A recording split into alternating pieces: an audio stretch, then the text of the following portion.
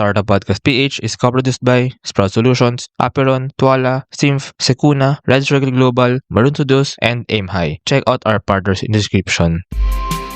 Welcome sa Startup Podcast PH, inspiring more Filipino entrepreneurs and innovators. Live tayo ngayon dito sa The Bloom Coffee and Startup Space in Davao City to interview supported startups of Upgrade InnoLab Inc. We have Moo Manage, empowering dairy farmers with innovative agri-tech solutions. And we have the founders, Charlemagne Lamela, Christian Gionzon, and Jude Aliakiak. Hello, sirs. Kamusta kayo? Kamusta? Magandang hapon. Okay naman. Okay naman. Ayun, siguro can you briefly introduce yourselves lang? Good afternoon once again. I'm Charlemagne Lamela. I'm the founder and CEO of Moo Manage, Okay. and together with me is brother. Ikaw na. So yeah, my name is Christian Dave Yunzan, a computer science graduate, also the founder of Moo Manage. And the rest? And me, I am Jude Rafael Asalayakiak. I'm still a student at the same time, one of the founders. Student? Graduate. Graduate. Kaka-graduate Kaka-graduate lang. Entrepreneur na. Ayan. Okay. Ayun, so actually very interesting ito, no? Yung name pa lang actually I'm very na-attract ako sa name Moo Manage. And I'm guessing nga, binamanage nyo yung mga moo, yung mga cow. But okay, I'll let you do the introduction. Sige, so ano nga ba ang Moo Manage? So yeah, maybe I start now. Moo Manage is a dairy farm management app. It's a mobile app for our dairy farms. So it is tailored sa ating mga Filipino farmers. We also see na maraming dairy farm management app, pero yun nga, hindi siya tailored sa ating mga Filipino farmers. So it is a mobile app for our farmers. At saka actually, very new ito kasi ang mga iba ko narinig is farm mismo na management, which is mga crops. Kayo nakafocus sa dairy. Yes. Sa cow ba talaga or pwedeng ibang livestock din? We're still focusing more on the milking cows. Okay, For okay. now, Milking cows. For yes. milk to. Or for Yes. ano rin ba? For beef din ba? Or or soon. Okay.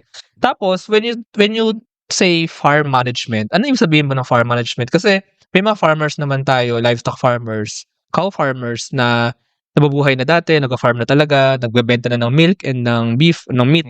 Pero bakit papasok si farm management? App. Is this an app, no? Yes. So bakit siya papasok? Ano yung pala magiging benefit for, or maybe ano yung problem of the farmers that you're addressing here?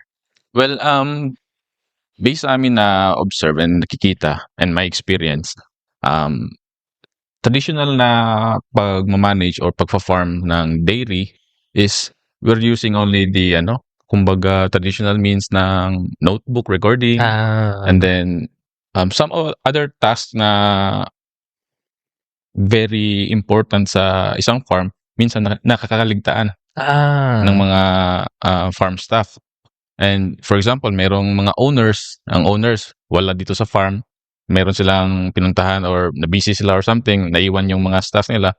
And sometimes yung mga staff parang hindi masyadong kumbaga passionate sa work nila. And Okay. So si Moo Manage app, kumbaga nare-reinforce niya yung mga task scheduling or important details na wherein wala si owner or nakikita niya through data or through accomplishment sa record ng software. So basically yun yung isa sa mga sinosolve namin na mga Ano example? Just to get a picture lang ano ba nangyayari sa isang cow farm? So ano ba mga kailangan gawin dyan? Pakainin yung farm? Ano ba? Ano ba mga kailangan gawin? Ano yung mga kailangan i-manage? Well, basically ang pinaka is yung farm inventory. Pinaka root cause ng mga problem sa baka is nauubusan sila ng mga pagkain. So Cow feeds. Ano mga cow feeds? lang sir, mga gulay. roughage, Okay. yung mga planting materials, and Okay. then mayroon mga concentrates. Okay. Then merong mga other companies merong na nag-provide ng mga feeds for ruminants, which is very also promising sa space ng paggagatas ng dairy or dairy. So other than that, task schedules, maglinis kasi cleanliness is also one of the very important factors sa pag-dairy kasi prone sila sa mastitis. Sakit? Sakit. Ah. Once na mayroong nag-incur na sakit sa mga cattles mo, hindi na bibili ng mga dairy cooperatives or ng Oh. buyers yung ano mo kasi Yes. matatransfer sa gatas. Consume ng tao. Yes, consumable yung gatas. So, mga bata especially, hindi pwede na matransfer yung mga bacteria doon. And siguro just to get a picture, for me kasi na medyo hindi rin ako maalam sa cow farms. Ano ba yung itsura? Parang gano'n ba kalaki usually yung mga cow farms? Like, ilang square meters or... Sige. Basically, sa dairy, hindi kasi sila naka-loop or Okay. naka-roam sa fields. Yung meron silang parang mga maliit na stable. Ano lang sila? Enclosed lang talaga sila. Kumbaga, highly suggested na medyo enclosed sila to Okay. prevent other, Okay, kumbaga, insekto. Okay. Other sa labas. Parang So, controlled nga. Controlled. And then, to have a picture sa isang farm is, yun nga, parang nasa enclosed na barn. And then, yun nga, pag makakalakad, free naman sila makakalakad, pero Within the medyo barn. limited lang. Okay. Oo. So, I think parang ano pala itsura niya, may barn, and then meron silang parang mga space, di ba? But aside from that, pwede silang lumakad. lumakad. And But then, at the end of the day, balik sila dun sa parang space nila. Ayun. then meron ding space for milking. So, okay. kung mapasok sila dun ginagatasan. Ganun. May parang Oo. dedicated for milking. May dedicated space for milking. So, okay. Ano yun? Milk Milk parlor. parlor. Oh, I see. So, yun. Isa din sa, gusto ko lang i-highlight din, isa sa mga problem na sinasolve namin is, one thing is inbreeding. So, it also cause na, mag-low yung productivity. Kasi parang na-inbreed yung magkapatid pala sila. Yung cow, pag na-trace mo, magkapatid pala sila or one, lang sila. It will cause the health. Parang abnormal pa rin yung lalabas. So, sayang din yung cost ng isang farmer. Like, tagantay siya for how many months? For years. Investment yun. And then, pagdating ng production, konti lang yung lalabas. So, the Moo Manage app has a, cow profiles. Family tree. Yun, exactly. Meron siyang family tree or we call it cow profiles. Para siyang birth certificate ng tao lang din. So, it has the record of birth date, parents ng cow, anong breed. May pangalan yung mga cow? May pangalan yung mga cow? Actually, na curious, Johnny, na ano rin kami, na excited kami, like, may pangalan pala yung cow. Kasi sa ibang farm na puntahan namin, may tinatawag silang Maria. Okay. Like, sabi namin, ba't sa record nyo may mga pangalan? So, pangalan pala ng cow. So, ganun. So, isa din yun.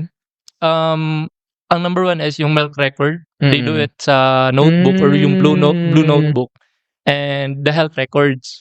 So, dun sa cow profiles namin with Moo Manage is, andun na lahat. Like, you can record the milk, yung everyday kasi nagme-milking. And then health record, like, last month, vaccinated siya last month. Or, the next month, kailangan siya ma-vaccine. So, andun na yun. Yun din yung part sa task scheduling. Okay. Na, ma-notify ka as a farmer. Actually, ang dami nang kailangan i-manage. May to add. Sige. Yes po. What I can say is, talagang, yung unique selling proposition talaga is, cost saving and also timely. Okay. Talaga yung tinatanggal yung delays, particularly on the schedules, yung pagpakain and yung inventory. Yun talaga. And yeah, those are much more beneficial for the farmers yan. Actually, kasi ano yan parang when you paghimayan natin, first yung inventory nga para ma-manage inventory, para hindi magkaroon ng times na wala na palang feeds, diba? Correct. So, ang laking loss nun. Second, yung task scheduling kasi, if hindi nga siya parang centralized din or parang recorded yung task schedules, pwedeng magawa ulit yung isang task na nagawa na pala, pwedeng hindi magawa. So, loss na naman yun. And yun nga, yung profiles, I think that's also sa tracking nga nung cows para maiwasan yung inbreeding, tawag, no? Exactly. And para matrack din yung parang status nung milk din. So, nagtatasan na ba to? Or baka parang may day na parang mataas. For some reason. Oo, mataas diba? yung milk niya, and then mababa. Oo, so parang may matrack record rin yung somehow productivity ng milk production ng cow. Milk production. And it can benefit the farmer in the long run. Yes. Now, let's talk about the app. So, app to, diba? Mm. So, paano ngayon nag-work yung app? Paano siya magagamit ng farmer? And even ng mga parang nag-work dun sa farm. So, paano siya? Ano itsura niya? Paano siya magagamit? May itsura tayo Yeah, dito. actually, Sige. meron tayong We can, actual na Sige, na pwede screen natin ipakita ngayon. sa camera. Pwede nating mapakita. So, ayan. So, eto. And- Kung makita ba. Oh, okay. So ito yung itsura niya. Medyo may glare lang. So, pero, yan yung first namin. It's our MVP. Mm-mm. So, the app actually works right now with selected dairy farmers. Yes. At saka ito pala yung tatlong yung services nila. Feed management sa upper left, Feed cow management. profile sa gitna, tsaka task scheduling sa pangatlo, which is yung mga nabanggit natin kanina. And meron siyang analytics sa baba. Oh. Kung ano yung feed levels niya and feed milk levels nung niya. farm or per Nung farm. nung buong farm. And then milk levels. Milk levels ng buong farm din. Okay. And then as I mentioned this app ngayon is working with selected farmers here in Mindanao. In Davao or outside Davao din? Merong outside Davao. Kasi okay. we're working with the National Dairy Authority, Southern Mindanao. So, saan, sorry, if I may ask, saan ba mga cow farms dito? Or all around Mindanao ba? Pero saan yung mga naka-work nyo din? Kinapawan. Mostly din sa Marilog, Bukidnon. Bukidnon is number 1 kasi yun nga, malamig dun. So, yung mga cows dun medyo ganado. Gets. Okay. We visited also sa Polomolok. So, dun banda, medyo malayo-layo din. Malamig-lamig din dun eh. Lalo na yung pa Coronadal, Lake Cebu. Sa ganun. Mga ganun dun. So, ayun. May mga selected na farms and then the app is currently still in developing. Meron kasi kaming mga after few feedbacks from different farms or farm owner. Meron silang mga feedback. So, we're working on it. So, number 1 na ina-add namin or working ngayon is the educational part. So, it like tutorial, mga basic tutorials para din sa mga staff nila. How did you design pala yung tatlong yun? Nalaman niyo ba siya by talking to the cow farmers na yun yung tatlong kailangan yung gawin sa app? Yung feed management, yung cow profiles, tsaka yung task scheduling. I think si Sir makakatulong yan kasi meron siyang dairy farm before. You're a farmer. Yes. Oh, wow. Yes, That's why. Dun kami nag-start. Okay. Kasi dun yung actually yung pain points na when I started na yun nga yung sinabi ko na pag aalis ka and walang paano ba? How do we monitor the feed levels?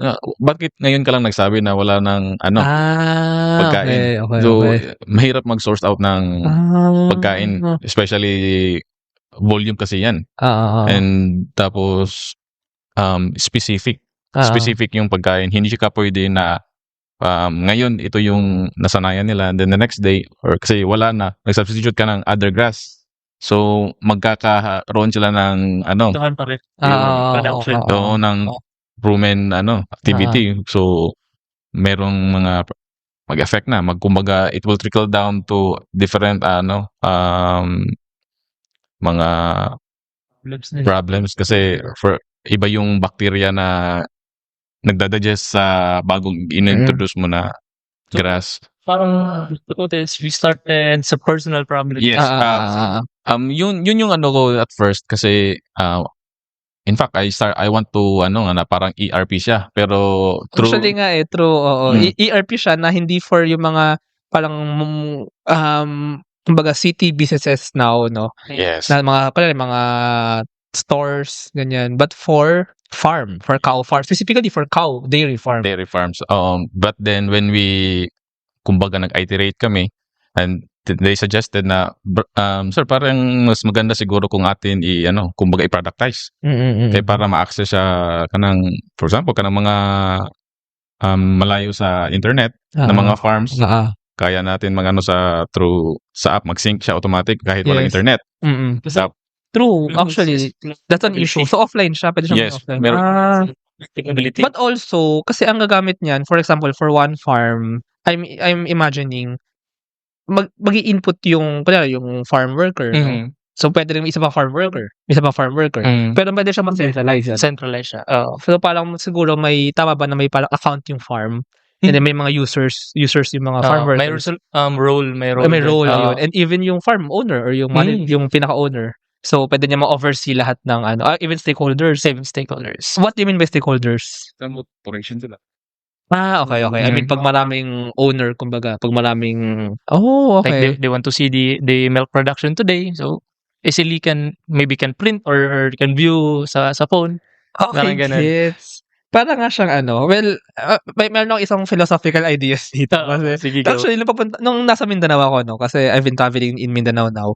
And then, medyo philosophical ang share ko, Sabi ng mga tao, ang mga farms daw ay mga factory, 'di ba? Factory ng baka, ng halaman, ng crops.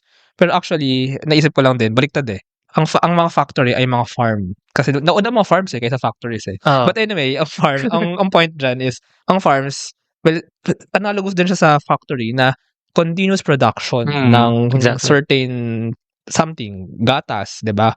Or karne, or gulay. So, meron din namang mga ERP nga yung mga factories or mga apps, mga software para matrack yung production level. Ilan ba yung produce? Ilan ba yung mga rejects, yung mga defect? Ano ba yung parang time to produce na pwede siya makita ng factory manager? Yung parang mga dashboard, 'di ba? Parang ganun. Ng mga FMCG companies, 'di ba? Ganun. Yun, ganun na mo manage, 'di ba? Dashboard siya but for cows, for dairy farms. For dairy farms. So kung yung mga production ng mga damit, ng mga deodorant, ng mga sapatos, ng mga soft drinks, whatever, ay may dashboards for the managers, for the analysts. Si Moo manage yung parang dashboard and app for the dairy farms. Tama ba yun? Tama. Ayun, And okay. then, nasa phone na. Nasa phone na. Yun pa pala isa. Oo, kasi nasa mobile. Nasa so mobile. kahit nga magbakasyon or nasa somewhere, may business meeting, si farm owner, pwede niya mabantayan. Mabantayan niya pa rin. Mamonitor niya pa rin. And siguro just to in a nutshell, ang dashboard. Kasi actually usong-usong yung word na dashboard. Pero kayo, in your perspective, like in the context of dairy farms, gaano ka powerful nga yung may dashboard na na-visualize ng farm owner, ng farm workers, ganun. So, ano yung parang pinaka-advantage, pinaka-benefit? So, yeah, number one, like you mentioned kanina na parang makikita mo yung production level niya. And yeah, it will, kung titingnan ko, sa isang glance pa lang, alam ko na, lugi pala or konti lang pa yung production namin. And it also boils down sa finances or like, lugi ba ako this month? Or kumita ba ako this month? Parang ganun. Parang, in one glance, alam mo na agad ang nangyayari sa farm mo. Actually, yan yung parang advantage if you have that kind of dashboard. Actually, that's correct. In one glance. Kasi visual nga rin ang dashboard. Yes. And to add lang din is, kumbaga sa business side, kumbaga data-driven yung approach mo. Data-driven. For example, kung gusto mo ma-scale, meron akong isang 1 hectare na roughage and then I am producing this X number of liters and ito yung kinikita ko every month. Possible ba if I add more cows, lalaki din ba? Yes. Kumbaga we are trying to make our may insights, kumbaga. May insights sila. Business insights. Sa farmer. Paganda kung recommend na rin ng app yun, 'di ba? Parang recommendation ng app na given ito yung levels ng farm, ito yung mga pwede mong gawin. Yes, I think we can do that kasi meron naman parang PNL na chart yung natin. Analytics talaga. Analytics talaga. Kaya para galing. Kumbaga, data-driven yung maging farmers natin. Hindi yung decision making nila na magdagdag ako ng baka at the end of the day, sa operation. Lugi, tapos di pala kaya. Kasi ang daming dyan, yung capacity ng space first of all, no? Tapos yun nga, yung feed availability. Feed availability. Tsaka kaya ba siyang i-manage ng mga workers? Kasi baka hindi na pala, baka puno na pala yung, busy na pala masyado yung mga workers na makikita sa task schedules, So, from the inventories, from the schedules, makikita mo kung kaya pa mag-upscale, kumbaga, ng capacity or baka hindi na. So, parang, same nga sa mga dashboard na you can find yung mga problems din siguro and parang paano mo susolusyonan. Parang ganun, diba? And if you want to level up the business, you can do that. Yes, exactly. Ayun. And then, gusto ko lang din balikan, like, kanina, like, we talk about the problem first sa kanya, yung personal problem niya, and then, yun nga, nag-suggest kami, we do actually validation for even until now we still do the validation, and then we came up with a research also. Kaya yun yung work on ni Richard. Research Ayun, on... yung research and development when it comes to the application talaga, because we found out na it is a common problem lang din. Aside from the experience that they have, no, we found out that it is a common problem na there is a problem when it comes to management. And yun, yung na-visit namin yung sa Iloilo, which is National Dairy Summit. We've nag-attend kami sa seminar. Yes. Yes. Yung gamit nila is it's also Manual pa rin. And small farmers to big farms. But siguro on the adoption nga. Kasi baka, I mean, laging sasabi for farmers, nakasanayan na kasi nila yung mga, as in, notebook style, traditional. So, how do you plan to attack that or to address that for them to use this tech-based? Parang sa akin to. Research and development. Okay, So, we've been planning, no? When it comes to technology adoption, it is more on research like TAM. Narinig niyo yung TAM. TAM is all about a technology acceptance model. So we'll be creating that kind of yung surveys. We will be evaluating with the farmers. Ganito, just like nakalimutan kong yung mga questions about doon, but I've already plotted it all so that yung questions na yun that can be used with the farmers kung talaga bang mag-a-adapt. So, it is more on research talaga. So, true. Tsaka siguro inisip ko parang feeling ko lang baka for the farmers, may certain pain or may certain benefit sila na pwede makuha that will make them want to adopt this. Diba? Kasi, I mean, kung nalulugi na yung business and ito pala yung magsisave sa kanila, hindi malamang kukunin nila to. Or kung makikita nila na yayaman pala sila when they use this, di gagamitin nila yan for sure, diba? Isa lang, like, gusto ko lang din i-share na, like, one of our farmers na na-visit, na nung na-introduce namin yung app, matanda na siya. It's around 60 ata or 70 years old. But, nung nakita niyang app, happy siya kasi, sabi niya sa amin, okay to kasi, ma-encourage niya yung anak niya na medyo nasa tech na to manage their farm, their family farm. So parang ganun yung point is ma-encourage nila yung mga Gen Z or something, yung mga kaedad namin na to manage their farm kasi nasa tech na hindi na lahat ng management is traditional pa rin. So yun yung parang okay, parang yun din yung isang point na or pain points din ng mga farmers ngayon na wala nang susunod. Wala nang exactly. Kung hindi sila sasabay sa innovation or sa mga technology ngayon na nag-a-arise, parang maiwan sila and then walang matitira sa or walang mag-go into farming. So wala tayong kakainin. Wala nang mga karne, wala nang gatas. Wala nang gatas. Hindi. Actually, ang mangyayari, mag-i-import tayo. Lugi tayo. That's also part of our research na nakita namin na mostly talaga is import. Even our coffee. For sure, yung milk na gamit siguro dito, it's imported. Grabe, no? Sayang, no? So, sana nga, with the help of MooManage, mapasikat natin ang farming sa mga kabataan, sa mga Gen Z. At saka yun, pwede siyang, ang Gen Z's, I mean, kumbaga, pwede siya maging trend. Na, di ba, pag sumikat siya sa TikTok, no? Na nagte-TikTok na mga nag-farm, nagagatas ako ngayon ng baka or something like that. Parang ma-normalize siya na pwede siya, tawag dito, may dignidad siya na business, di ba? Tapos, kikita ka. Tama. Tapos, madami ibang taong gumagawa ng ganun. Why not, di ba? Tama. It's just a matter of making it normal and mainstream. So, sana nga, mangyari yun. Normal. Sana. May nag-dairy farm ng mga Pilipino. Baka soon magti-TikTok. Sasayaw na to sa TikTok.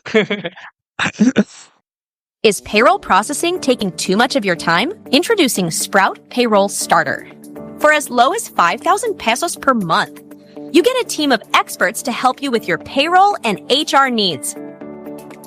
We'll help compute and process payroll, handle all your government compliance requirements,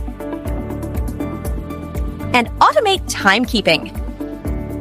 Leave the payroll to us so you can focus on growing your business. Enjoy peace of mind with Sprout Payroll Starter.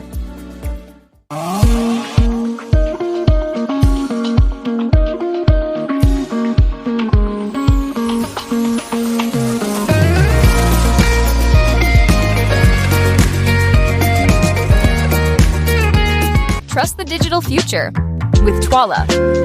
Secure and tamper-proof digital signature. Electronic notarization service. And custom AI agents for intelligent document workflows. Visit twala.io to learn more. In today's digital world, your organization needs more than just technology. It needs a strategic partner. At Symph, we build web and mobile apps that drive innovation for startups, enterprises, and organizations worldwide. Visit symph.co today.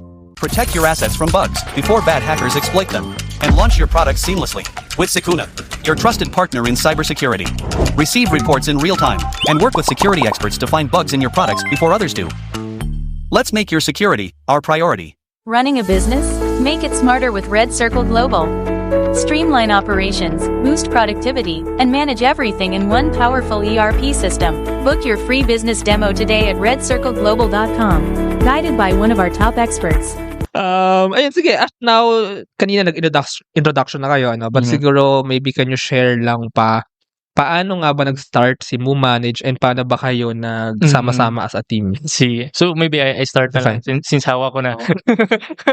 So, ako as a student before, hindi pa ako graduate, I've been into tech community and also a glimpse into startup community din kasi nagvo-volunteer din ako.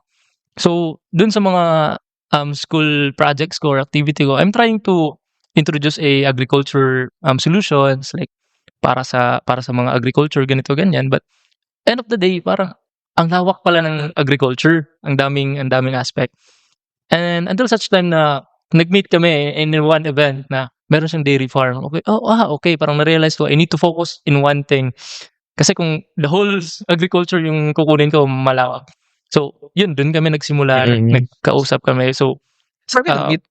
Saan kayo nag-meet? Saang event or saan? One of the events dito sa mga it's Bayanihan Ventures and also sa mga upgrade events or ideas events. Dun kami nagkakita during the networking session. Until such time na, bakit doon lang tayo ng join? Let's start something. Parang gano'n. Let's do something.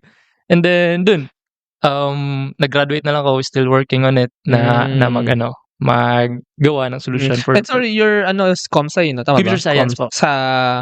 Dito sa Davao? Dito yes, from University of Mindanao. Okay. Wow. Okay. Shout out to University of Mindanao. And then, actually, yun din yung pinaka-challenge, even sa aming dalawa. Kasi nasa tech kami.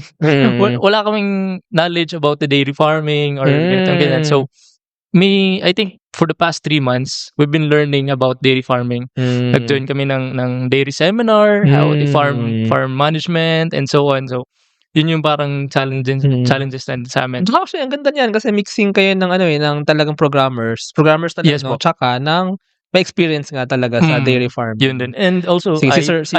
Jude, yes, IT. Saang school? University of Mindanao pa rin. Shout out again! Ayan. So, yeah.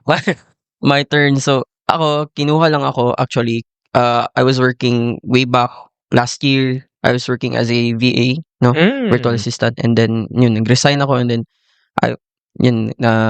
I'm finding jobs kasi. So, to sustain my tuition.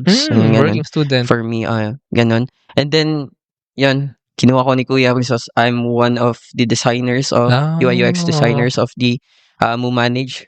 So ayun, pagkuha ko ayun, and then suddenly naging one of the founders sa launch. Okay. And then I don't know when yung synergy talaga kasi parang it was natural flowing lang talaga. And then yun, we came up with this kind of idea and then tuloy-tuloy na. And yan. So, bali designers, sino nag-program? Like, nag-code, We have din meron pa pala developer. We have also the developer. Okay. Sige, naman. Sir. Sa akin naman, kumbaga, I will go back sa when I started sa dairy farm. So, it was also introduced sa one of the events sa ideas and feedbacks and meron kaming business group ng CU Valley. So, kumbaga yung idea na meron talagang lacking na supply ng gatas. So na-introduce doon, kasama doon yung coffee, cacao, Yun nga yung flour. weird, no? I mean, may mga farms naman tayo, pero nag-i-import pa tayo, Yes, no? correct, correct. Oo. So, Mm. sabi ko, at that time, why not nga mag-start ng ganito? So, I had kumbaga, kumuha ako ng mga investor and then we started our dairy farm. Mm. Then, later on, yun ang Wait lang, sorry. So, wala ka pang dairy farm dati? Kasi ang inisip ko, parang you had a family background of dairy Wala, farms. Hindi. So, talagang na-push ka nung nito, nung Oo. nakita mo yung problem and yung opportunity. Yes. Kaya ka nag-dairy farm. Wow. Yes, Wow. I mean, And then, yun na nga, to make the long story short, nag-start kami and then we failed. okay. Kasi hindi kami, walang background na mga Okay. farmers and then later What's na, your background pala? Sorry, if I may ask. actually, I'm a network marketer and then Okay. later on, nag-start Oh. ako ng mga sariling corporation companies. Okay. And then, ayun na nga, na I faced a major setback. Then, yun yung supposedly pang recoup ko ang dairy farm. However, it was good until it lasted kasi parang talaga, kumbaga hindi pa solid yung namin. And I didn't reach out sa government na makapag-help na mag-train kasi I didn't know na meron palang ganun sa government. They help na mga dairy farmers. So, until such time na I asked my friend sa founder ng Aquila Softwares, Paulo Rodriguez. Yeah, parang I've heard, yeah. Isa siya sa mga tech dito, tech, mga founders or mga entrepreneurs na sa community sa Davao. I asked him, Brad, baka pwede mo ko tulungan ito. Sabi niya, bro, umurag, grabe na, dagan ka siya project as of now. Kasi he was the CEO. So sabi ko, okay, sige. Pero sabi niya, I think there was a pitching event sa yun na nga, yung Bayanihan Ventures. He's a good friend daw. Sabi niya, and he's a good guy. May potential. So sabi ko nga, sige daw, let's try. Baka we can come up with something. Ayun, during his speech, sabi ko nga, pwede. Nag-pitch ka, and then you saw, tapos kaya ka din, okay. Yung pitch Agriculture. Agriculture pa na malaki pa, no? Oo. parang Shopee na default. Oh, yes. Okay, Marketplace. Okay. Okay. So, sabi ko sa kanya na kung nga Brad, we can narrow down your niche down your idea. So mag-focus tayo sa ganito. And then kaya yun, nag-start kami. Sabi niya nga wala kaming idea. We need to kumbaga mag-start from scratch, mag-ideate, tas mag-market validation and everything. So until yun na nabuo namin yung kumbaga yung MVP. Yun na yung kumbaga start ng aming Yeah, and actually this is very unique, to be honest. Dairy farm. Napaano agad ako na wow, may ganito na ginagawa. Actually, kumbaga hindi naman sa pero parang proud din ako kasi when I check this idea, a lot of my friends presentan ko, Brad, parang bago yan, Brad. Tsaka pwede ba mabuhay ba yan? Sa sobrang bago niya, baka parang mag-work ba yan? Diba? Mag-work ba yan?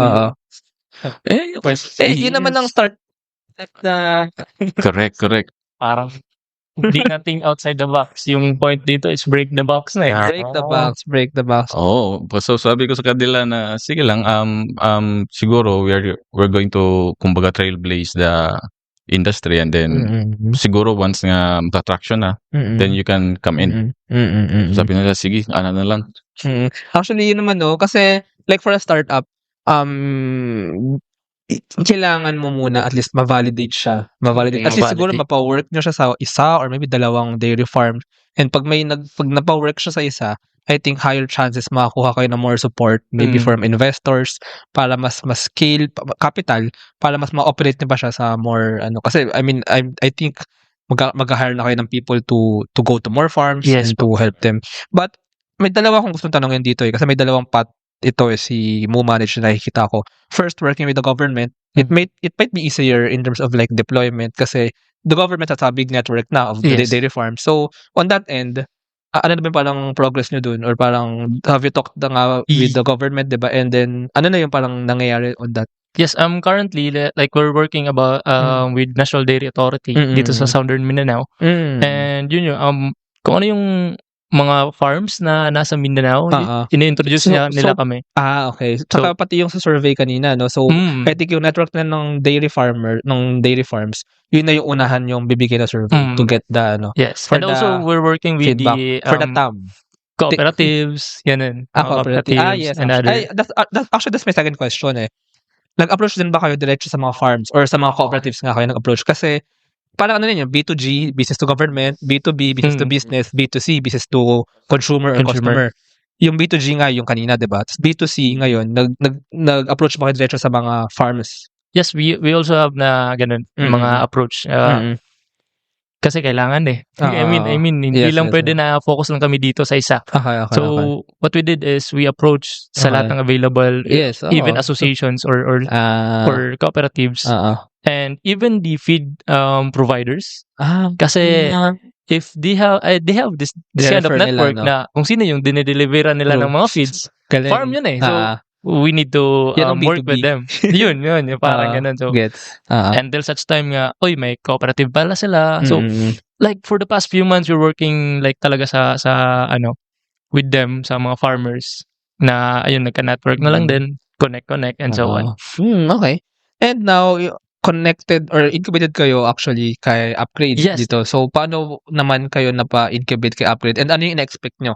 Parang networks ba? Mentorships ba? Or ano?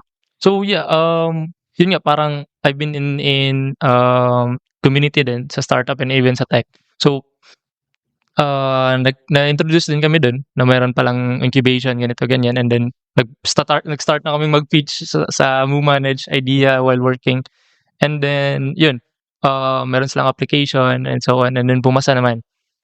Kasi, one of the requirements is the MVP. And then, natapos namin yun. So, that's why.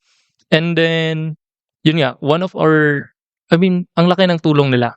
Kasi, nag-guide din kami kung ano yung the market validation, even sa finances na part, paano ba gawin to, even the strategic planning. We also did that with Upgrade and a lot. Yeah, really helping really helping to make it into a full-fledged profitable business. Yes, that's the. Do you have anything to ayan. So, sige, ang next question ko naman dito with regard nga sa making it in the full-fledged business. Kamusta ba ang dami ng cow farms sa buong Pilipinas? Do you see this also being used pa like buong Pilipinas? Tingin nyo ba pwede ba dumami yung mga cow farms or baka may kasi the Philippines is an agricultural country din, 'di ba? So ano bang nakikita nyo? Nasa-rely kasi ang startup ninyo sa mga cow farms, 'di ba? So kamusta sa tingin nyo ang estado ng cow farms sa Pilipinas? Dadami pa ba? Or whatever. So, what I can say is supported with the National Dairy Authority.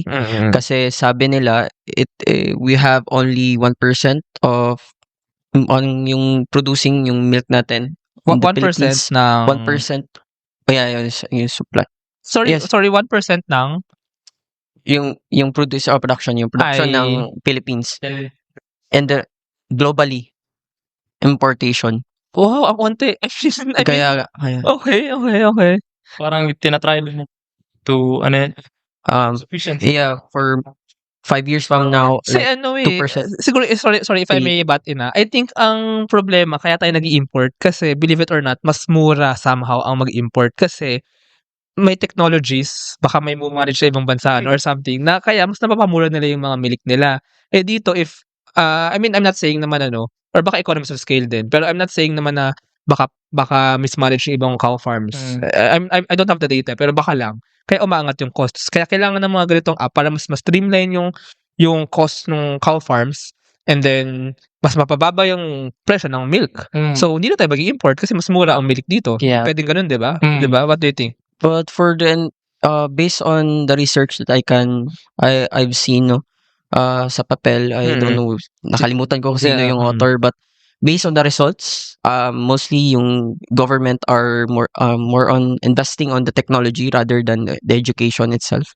So parang it is one of the contribution na bakit low yung productivity when it comes to milk. Yan. So siguro make it usable also for the farms. To add lang dun sa sa part ng ng government na paano meron kasi silang program na milk sufficiency na gusto nila for the i-raise. country. Yes, oo.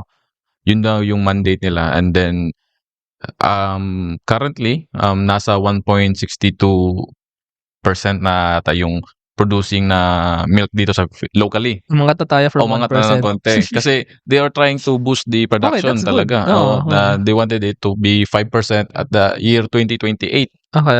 So, sabi namin na we can capitalize this trend or this project or this program ng government na kumbaga we need to be the tool na para i-boost yung production ng mga milk farmers natin, dairy farmers natin. So parang ang linyahan dito is you will help actually the farmers increase their capacity. Correct. So by when you help each farmer, each cow farmer or each dairy farm increase the capacity, aangat yung buong capacity ng buong Pilipinas. Correct. So hindi na tayo mag-i-import. Tsaka kinaganda pa kapag ang natutulungan nyo ng dairy farms is meron sa Luzon, meron sa Visayas, meron sa Mindanao, less din yung supply chain cost dun kasi, logistics. diba? Kasi mas yung local. handling. Oo. Yung diba? handling ng product kasi hindi na ita-transport, diba? Correct. So, kung Simumanage kasi, it's an app na pwedeng ma-download from anywhere in the Philippines, diba? I mean, in the long run, I think yun yung plan niya naman ba for sure, diba? So, somehow, ma-empower nga niya yun pala yung tagline niya, empowering dairy farmers talaga. Para each one can increase their capacity, which is actually very beneficial for the whole country. Tama ba yun? Yes. Correct. Ayun. Vision. So, ano nga ba ang vision nyo for Mumanage? Parang future plans? Maybe, meron ba kayong step by step? And then, ano yung parang larger vision? So for Mumanage, what we are trying to do is yun nga sa tagline pa lang, it's empowering dairy farm. And though mahirap, but willing naman to go sa process. And we are looking forward na this app will not only ends with this 3 features lang. Somehow Yes. it will grow until such time na hindi lang sa cow. Maybe for goat, goat is also producing milk. Yes. So baka may goat management baka may management na soon. May manage. So ganun, may management na Or soon. baka may Baha manage. Ay, may ship ba tayo dito? Wala pala tayo. Meron ba? Ship? Meron, oo. Baha May manage ship. din. So parang ganun. So what we're is yun nga parang hindi lang naman in cow. Yes, So we're looking forward to the other tawag nito, other animal. Or chicken. What if sa chicken? Yes, exactly. So, ano yan? Tiktilaok manage. Tiktilaok manage. So ayun, it's a lot of opportunity din Okay. na you're looking forward for Mumanage, not only for cow and then for the whole livestocks. And other thing na ma-add ko is siguro hindi lang naman mag-stop dun yung innovation. Kasi yun nga, from time to time, meron namang mga feedback, paano mag-work. And though, sa laki ng problem, or meron naman talagang problem, hindi naman tinatry namin isolve yun with Mumanage. What we are trying to do is to contribute for the solution. So, ayun. So, baka may ma-add ka. Yeah, sige. Definite Wala na. Okay. Ako, tuwad lang din kasi aside sa production ng ating ng mga dairy farmers, we also would like to give an opportunity for jobs, creating more jobs, and kumbaga strengthening rural communities. Yes, Kasi kumbaga in other countries, ang dairy farming, it's a way of life for them. Yeah. Kaya yun yung kumbaga isa sa mga na-visualize namin na what if we can empower these small farmers na maging financially stable. Yes. So, provide more jobs para sa mga community na or mga tao na sa paligid Yeah, nila. actually that's a very good point kasi when you empower the dairy farms and they increase their capacity, they can hire more workers na yung kinaganda nun, at least dun sa rural areas, may trabaho na, di ba? Hindi na Yes. kailangan umalis or mas may access sila sa livelihoods, di ba? Yes. I remember nga parang sa New Zealand ba yun, yung malakas din ang bakahan, ang Malakas din, mga, bro. di ba, New Zealand. So, napakalaking industriya ng gatas and ng, I think cheese nga rin ata or ano.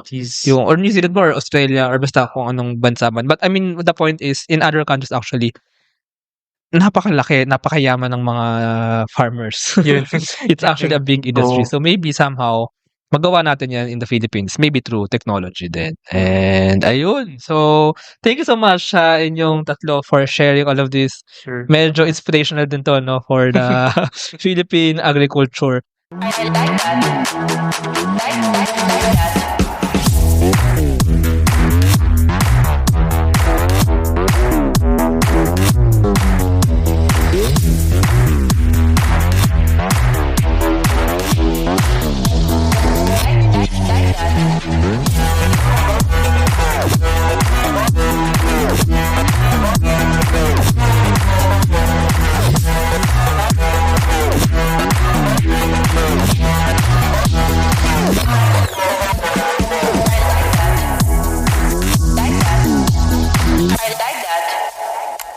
Introducing Aim High. Smarter construction management starts here.